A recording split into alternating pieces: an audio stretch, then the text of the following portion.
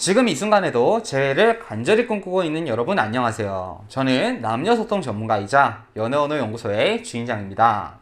자, 이번 시간부터는 우리가 재회, 그 중에서도 우리가 재회의 분류를 장기성 재회, 단기성 재회 이렇게 구분을 해서 배워볼 거라고 했는데, 저번 상반까지가 우리가 기초적인 장애물 제거의 개념과 전반적인 재회의 구조들에 대해서 배워봤고, 이번 시간부터는 단기성 재회에 대해서 디테일한 그 방법론들, 저번 시간까지 우리가 그 구조를 이해했다면 여기서는 좀 더 디테일한 방법론들을 예시 위주로 많이 배워보도록 할 겁니다.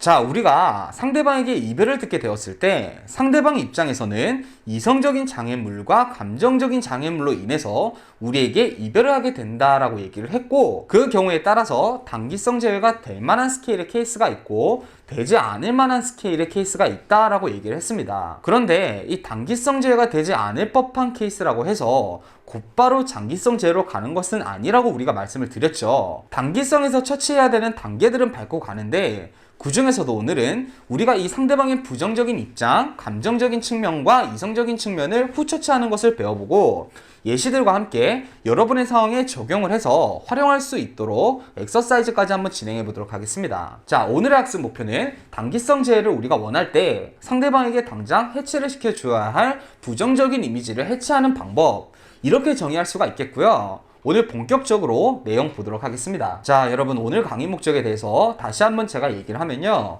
오늘 제가 강의하는 것들의 목적은 가능하면 단기성 재해를 할 수 있게 하되, 그게 아니라도 여러분이 상대방의 기억 속에 나쁘게 남으면 여러분 시간적인 면에서도 당연히 이 부정적인 이미지가 지워지는 것에 좀 시간이 더 걸리게 될 것이고, 재접근을 우리가 하려고 할 때도 우리가 훨씬 불리하겠죠. 그런 상황을 방지하기 위한 개념이라고 생각해 주시면 되겠습니다. 자, 보통 이별 뒤의 상황을 정리해 보자면 감정적인 문제와 이성적인 문제가 공존하고 있는 형태가 됩니다. 제가 이 강에서 말씀드렸던 것처럼 케이스마다 이 각각의 장애물들의 무게감이 각자 다 다르다고 볼 수 있는데, 자, 감정적인 것에 대해서는 우리가 이 단계에서 컨트롤을 할 수 있는 것에는 한계가 있습니다. 그리고 또한 이 상대방의 실질적인 감정적인 문제뿐만 아니라 이 상대방의 성향에 따라서도 표면적으로 드러나는 것에는 차이가 있는데, 예를 들어서 정말 확고하게 이별을 생각하는 두 명의 사람이 있다고 해도 한 사람은 상대방에게 차갑고 냉정하지 않을 수도 있고 상대방의 이야기를 들어줄 수도 있지만, 반대 사람은 냉정하고 차갑게 남처럼 대하듯이 이별에 임할 수도 있는 것이죠. 그래서 이럴 때 먼저 감정적인 문제에 대해서 우리가 선택할 수 있는 방향성은 세 가지가 되겠습니다. 첫 번째, 상대방의 이별 스탠스를 선행 인정. 두 번째, 아쉬움을 내비침으로써 상대방에게 선택권을 부여. 세 번째, 적반하장, 이건 전면적인 부인에 해당을 하는데요. 이렇게 세 가지 스탠스가 보통 우리가 선택을 할 수 있는 행동의 선택지라고 생각하면 되는데, 하나하나 설명을 드리자면은, 첫 번째, 상대방의 이별 스탠스를 선행 인정해야 하는 경우는 어떤 경우냐면, 상대방의 이별 의사가 너무 완고하여 만에 하나 내가 여기서 감정적으로 매달리는 행동을 하면 아예 대화를 그만두어 버리려고 할 것 같다라는 그런 느낌이 들 때, 그때는 우리가 먼저 이 말이 진실이든 아니든 일단 내 말을 듣게 해야 하는 것이잖아요.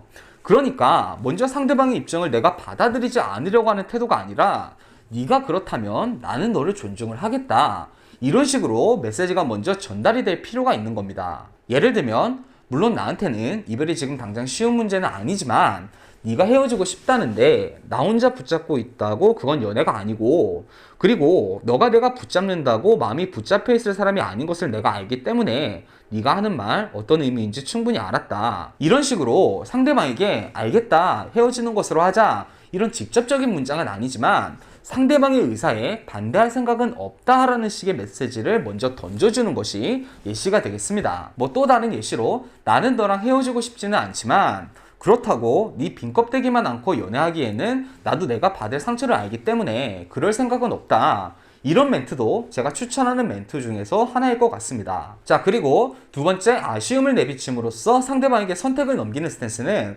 어떤 상대방의 태도에 주로 사용하게 되냐면, 상대방이 이별에 대한 생각을 아주 오래 했고 그 와중에도 뭔가 정리는 되지 않았지만 그래도 이렇게까지 생각이 드는 것을 보면은 이별하는 것이 맞다, 이런 불확실한 관념이 있는 채로 이별을 얘기하는 경우가 많아요.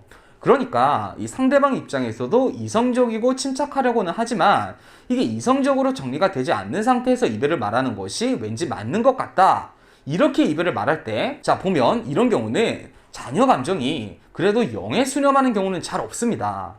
그래도 자녀 감정이 어느 정도 남아있기 때문에 이 경우에는 내가 관계에 대해서 아쉬움이 있고 너의 입장을 공감하고 네가 말하는 대로 따르긴 하겠지만 다시 한번 너한테 선택할 기회를 주겠다.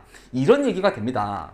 마찬가지로 예시로 그래 그동안 나 때문에 그렇게 힘들었을 텐데 내가 지금 너한테 내가 뭐라고 너 붙잡고 널 더 고민하게 만들겠냐. 그래도 내가 너 만나면서 뭔가 모자란 것들도 많았겠지만 내 마음은 항상 너한테 있었거든. 그래서 좀 아쉬워. 그래서 너는 어떻게 하고 싶어? 자, 이런 예시가 있는데 여기서 여러분이 의아하실 만한 것이 지금 상대방이 이미 이별을 얘기했는데 지금 너 어떻게 하고 싶냐고 물어보는 것이 의미가 있나? 이런 생각을 하실 수가 있는데 이때 상대방의 대답을 듣지 말고 이렇게 얘기를 하는 겁니다. 근데 우리가 만날 때 생각을 해보면 우리가 얼마나 많은 대화들을 나누는지 모른다. 하지만 이별을 할 때는 사람들이 말이 필요 없다고 생각을 한다. 나는 그렇게 생각하지 않는다. 헤어지고 나서는 어떻게 헤어지자는 말을 한쪽이라고 마음이 편할 수가 있겠느냐. 서로 좋은 추억도 매도하면서 나쁜 기억으로 치부해서 당장 마음의 불편함을 덜어내는 것에 집중하지 않겠느냐. 나는 우리 만남을 그렇게 서로에게 남기고 싶지는 않다. 만남도 그랬듯이 이별도 우리 천천히 한 끗의 아쉬움도 없이 서로의 입장을 온전하게 이해하고 헤어지고 싶다. 그러니까 내 말을 좀 더 네가 들어줬으면 좋겠다. 자, 여기서 보면 이 말의 논리적인 허점이 없습니다. 웬만하면 여기에 감정적으로 상대가 제가 말씀드린 전제 상황에서는 아니 나는 필요 없어 라고 얘기하기 힘들단 말이죠. 자, 그리고 세 번째 적반하장. 자, 이 케이스는 사실 상황들보다는요 상대방과 나의 연애 중 관계 구조가 어떻게 잡혀 있었는가에 따라서 사용을 할 수 있고 없고가 달라집니다. 결국 여기서는 상대방이 제시하는 이별의 논지를 내가 강한 부정을 하는 겁니다. 예를 들면 상대방이 내가 상대방을 사랑했다는 것에 대한 그런 부정을 한다거나 그럴 때 너한테 느껴지는 사랑이 모자랐을 수도 있다. 근데 그렇다고 해서 내가 너한테 이제껏 쏟은 시간과 노력들 이런 것들을 전부 부정하고 내가 너를 그냥 아예 사랑하지 않고 나를 나쁜 사람으로 만드는 것은 너무한 것 아니냐. 어떻게 그 좋았던 시간들마저 모두 부정해서 내 사랑을 그렇게 매도할 수가 있느냐. 이런 식으로 얘기를 하는 것이죠. 하지만 이건 평소에 관계 구조에서 상대방이 조금 논리적인 반박을 잘 하지 못하고 싫은 소리를 못하는 사람에게 일시적으로 기를 죽여서 내 말을 듣게 만드는 것에는 효과적이지만 조금 말을 잘하고 논리적인 사고를 할 줄 아는 사람에게는 오히려 나에게 부정적인 경우가 많으니까 이건 사용하기 전에 상대방의 성향과 이런 것들을 우리가 잘 알고 사용하는 것이 좋겠습니다. 자, 이렇게 우리가 감정적인 부분에서 단기적인 재해를 위해 즉시 대처하는 1차적인 것은 봤는데요. 이제는 이성적인 부분에서 우리가 어떻게 대처를 해야 하는지 여기에 대해서 공부해 보도록 하겠습니다. 자, 여러분 결국 여기서 중요한 것은 상대방이 지금 가지고 있는 이성적인 장애물에 대해서 내가 상대방의 반발심이 들지 않게 벗어나는 것이 굉장히 중요합니다. 자, 그럼 여기서 기본적인 원리가 뭐냐면 상대방의 논리적 허점을 찾아서 그 허점을 상대방이 납득하도록 만드는 것이 되겠습니다. 즉 여기서는 논리학이 꽤 중요한 포인트가 됩니다. 자, 이건 제가 기본 형태를 알려드리기보다는 예시를 보면서 설명을 드리는 것이 여러분에게 더 용이할 거예요. 자, 저는 이 예시들을 준비를 했습니다. 너는 연락과 나에게 시간을 쓰지 않는 것을 보면 너는 나를 사랑하지 않아. 너는 나와 결혼 생각이 없는 것을 보니 우리 만남은 의미가 없어. 너는 감정이 나빠지면 말을 함부로 해. 자, 각각 이성적인 장애물로 남을 수가 있는 추후에 이게 고정관념이 될 수 있는 그런 내용들이죠. 이 부분들에 대해서 제가 각각 풀어서 풀이를 해드리도록 하겠습니다. 자, 1번. 너는 연락과 시간을 쓰지 않는 것을 보니까 너는 나를 사랑하지 않아. 자, 여기서 우리가 중요한 것은 여러분 절대 상대방의 의견에 반박하는 것처럼 들리면 안 됩니다. 자, 그런데 보면 연락과 시간을 쓰지 않으면 사랑하지 않는 것이다? 이건 항상 참일 수는 없습니다. 예를 들어서 우리가 일로 바쁘면 우리가 명백히 사랑하는 부모님에게도 연락을 하거나 시간을 할애하지 못하는 경우가 있습니다. 즉 논리적인 면에서 연락과 시간을 쓰지 않는다는 것은 열정을 잃어버린 것이기는 해도 사랑이 부정되는 것은 항상 참은 아니거든요. 그런데 여기서 우리가 이렇게 직접적으로 얘기를 하면 상대방은 내가 핑계를 대며 반박을 하는 것 같은 그런 느낌을 받을 수밖에 없겠죠. 이럴 때 이런 식으로 문장을 구사하는 겁니다. 내가 이 열정이 식었던 것은 맞다. 자, 여기서 인정을 해주는 거예요. 나도 사람인지라 힘들고 이기적이게 되었다. 그리고 네가 그만큼 외로웠을 것도 안다. 그래서 내가 함부로 너를 붙잡지 못하는 것이다. 그런데 우리가 살다 보면 너도 직장 생활을 하지 않느냐? 우리가 삶에 여유가 없을 때는 부모님한테도 시간을 예전처럼 쓰지 못한다. 그렇다고 해서 우리가 부모님을 사랑하지 않는 것은 아니지 않느냐? 물론 부모님과 연인은 다른 것도 알지만 누군가를 사랑하는 그 마음에 있어서는 같다고 생각을 한다. 내가 지금 너를 붙잡으려고 이런 말을 하는 것이 아니라 그래도 내가 너를 진심으로 사랑하고 여유가 없어서 내가 모자라서 너를 마음을 다치게 했지만 마음의 방향만큼은 항상 너였다는 것을 알아줬으면 좋겠다. 자, 이렇게 얘기를 하면 우리가 상대방의 입장을 반박하는 것은 아니니까 지금 상대방이 생각하고 있는 이 사람은 나를 사랑하지 않는다라는 것에 대해서는 그래도 상대방이 자신을 외롭게 해서 원망은 되지만 내 사랑 자체를 부정하지 않도록 만들 수가 있겠죠. 자, 다음 문제 보도록 합시다. 너는 나와 결혼 생각이 없어.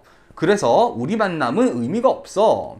자, 보통 여자분들이 남자분들한테 제시를 많이 하는 부분인데요. 이게 여러분 거의 공통적으로 어떤 사람들이 많냐면 여자분들이 결혼 정년기에 남자가 그래도 만날 큼은 만났다라고 할 기간인데도 불구하고 결혼 얘기를 안 하면 이걸 주변에다가 얘기를 합니다. 그러면 주변에서 뭐라 하느냐? 아니, 남자가 아무리 여건이 힘들어도 그렇게 사랑한다며, 너를 엄청 사랑한다며 결혼을 하려고 하지. 그건 사랑이 모자라서 그런 거야. 이런 얘기를 되게 쉽게 듣고 와요. 근데 여러분 주변에 연애 상담을 해보면요, 대부분의 연애 상담이 이렇게 결론이 납니다. 그건 너를 그만큼 사랑하지 않아서야. 헤어져라. 여러분 진짜 남의 입장과 그 생각을 모르면 이 함부로 이 단편적인 행동만 보고 그렇게 말하면 안 돼요. 그 말 한마디로 인해서 그 두 사람의 인연이 달라지는 경우가 얼마나 많은데요. 자, 보통 남자분들 입장에서는 상대방에게 가진 사랑, 애정과는 별개로 이 현실적인 면에서 고민하는 분들이 많습니다. 자, 근데 상대방은 어쨌든 이게 뭐 주변 얘기든 스스로의 생각이든 지금 상대방이 망설이는 것은 상대방이 나에 대한 사랑에 확신이 없어서다. 이런 생각을 가지고 있고 이걸 논지로 세운다라고 했을 때 여기서 벗어나려면 저는 상대방이 미처 알아차리고 있지 못한 나의 입장 그리고 관념을 열어줘야 된다라고 봅니다. 자, 예시 문장으로 우리가 이 만날 만큼 만났고 내가 망설이니까 네가 내 사랑을 의심하는 거 나도 이해한다. 그런데 너한테는 모르겠지만 결혼이라는 것은 나한테 쉽게 결정나는 그런 문제가 아니었다. 나는 너를 명백하게 사랑한다. 그래서 너랑 행복하고 싶다. 결국 우리가 결혼이든 뭐든 행복하려고 하는 건데 나는 너를 너무 사랑하기 때문에 내가 아니라 환경적으로도 행복하게 해주고 싶지 나를 만나서 네 삶이 안 좋아지기를 바라지 않는다. 그래서 나는 시간이 필요했다. 그리고 솔직히 지금도 나는 결혼이 자신은 없다. 남편으로서는 몰라도 내가 한 가정에 아이의 아버지가 돼서 내 사랑하는 사람들을 지킬 수 있을까? 이런 생각은 든다. 나도 그냥 생각 없이 결혼하면 어떻게든 되겠지. 하지만 그거야말로 결혼에 대해서 굉장히 무책임한 그런 태도라고 생각을 한다. 나는 책임을 지고 싶다. 그래서 이때까지 망설인 것이다. 아직도 나는 두렵다. 하지만 이건 알아달라. 나는 너랑 평생 행복하고 싶은 마음이다. 결혼과 별개로 내 마음은 좀 알아줬으면 좋겠다. 자, 이런 식으로 상대방이 제시를 해온 결혼 이꼴 사랑한다면 그냥 의무적으로 해야 하는 것, 이 생각을 바꾸어 주는 겁니다. 그럼 적어도 이 상황까지 상대방이 뭐 감정적인 고통이 쌓여서 그래도 이별을 선택을 하더라도 내 입장이 어떤지는 알 수 있고 또 자녀 감정으로 인해서 단기재해가 될 만한 상황이라면 상대방이 이 의견에 대해서 상대방의 생각을 더해서 피드백을 주겠죠. 자, 3번 보도록 합시다. 너는 감정이 나빠지면 이 말을 함부로 한다. 자, 여러분 이거 사실 논리적인 반박을 직접적으로 할 수가 없어요. 왜냐면 이게 사회 보편적인 개념이에요. 내가 아무리 의도가 좋았다 하더라도 이 자체가 그릇된 행동이라는 것을 부정할 수가 없어요. 그래서 이럴 때는 이 사실 자체를 부정할 것이 아니라 숨은 의미를 보아야 합니다. 결국 상대방이 가진 이성적인 문제가 뭐냐면 이런 부정적인 것이 있을 때 상대방이 개선 요청을 당연히 했겠죠. 그럼에도 지금 우리가 이별까지 온 것은 내가 그 피드백을 들었어도 수정을 하지 않았다는 말이거든요. 즉 여기서는 말을 함부로 한다라는 것 자체를 부정할 게 아니라 내가 바뀌지 않을 것이다 라는 상대방의 지금 인지, 이것을 해결해 줘야 하는 겁니다. 자, 그럼 여기서 어떤 방식을 쓸 수 있냐면 지금 와서 내가 뭐 이제 다시는 이러지 않겠다, 이런 것들은 큰 의미가 없어요. 신뢰를 할 수 없거든요. 여기서는 내가 내 자신의 성격에 대해서 자책을 하고 디테일하게 내가 자책하고 있는 내용을 인지하고 있음을 밝혀주는 겁니다. 내 말이 상처로 남았을 것을 안다. 그래서 나는 지금 너무 괴롭다. 나라고 화가 났을 때 그런 얘기들 하고 싶지 않다. 근데 내가 내 스스로한테 제일 원망스러운 게 마음이 그렇게 독하지도 않으면서 왜 말을 그렇게 해서 사랑하는 사람에게 상처를 주었는지가 가장 원망스럽다. 그 순간에 감정 하나 제대로 통제 못하는 내가 너무 밉고 바보 같다. 나라고 해도 너랑 같았을 것이다. 그래서 너에게 더 이상 할 수 있는 말은 없다. 근데 이 말은 하고 싶다. 나는 다시는 내가 사랑하는 사람에게 말로 상처를 주지 않을 것이다. 이게 나중에 내가 가족이 생긴다면 내 가족이 내 말에 상처받아야 하는 것을 보면 내 인생은 말 그대로 불행한 인생 아니겠느냐. 나는 불행하게 살고 싶지는 않다. 덕분에 많이 배웠다. 미안하고 너에게 참 고맙다. 자, 이런 식으로 내가 지금 잘못한 것에 대한 전면적인 부인이 아니라 잘못이 아니야 이렇게 부인할 것이 아니라 상대방이 가지고 있을 법한 그 고정관념에 대한 인지를 바꿔주는 것이 지금 상황에서는 최선이 되는 겁니다. 그리고 이 뒤에 처분은 어느 정도 상대방에게 맡겨야 하는 것이죠.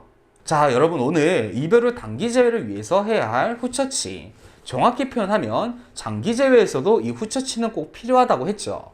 이별의 이미지를 단기적으로 회복하는 정도에 따라서 추후의 계획들이 많이 바뀌기 때문에 오늘 우리가 가능한 우리의 이미지를 회복하는 방법에 대해서 배워봤습니다.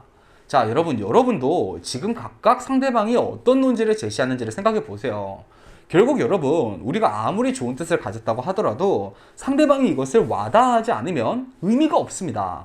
가끔 상담하다 보면 제가 이런 멘트를 말씀드리면 저 그거 유사하게 말한 것 같은데요? 이런 느낌으로 말했어요. 이런 분들이 있는데 정작 제가 그 문장을 들어보면 비슷은 하지만 와닿지가 않는 그런 말들이에요. 그래서 여러분, 지금 이 순간에 여러분이 전달하고자 하는 바를 상대방이 와닿을 수 있도록 만들어 주세요. 여러분, 나름대로 만들어 보시고 또 댓글에 질문 주시면 가능한 제가 여력이 닿는 데까지는 수정하는 것도 제가 도와드릴 테니까 여러분 포기하지 마시고 여러분이 할 수 있는 것들을 하시는 그런 여러분이 되셨으면 좋겠습니다.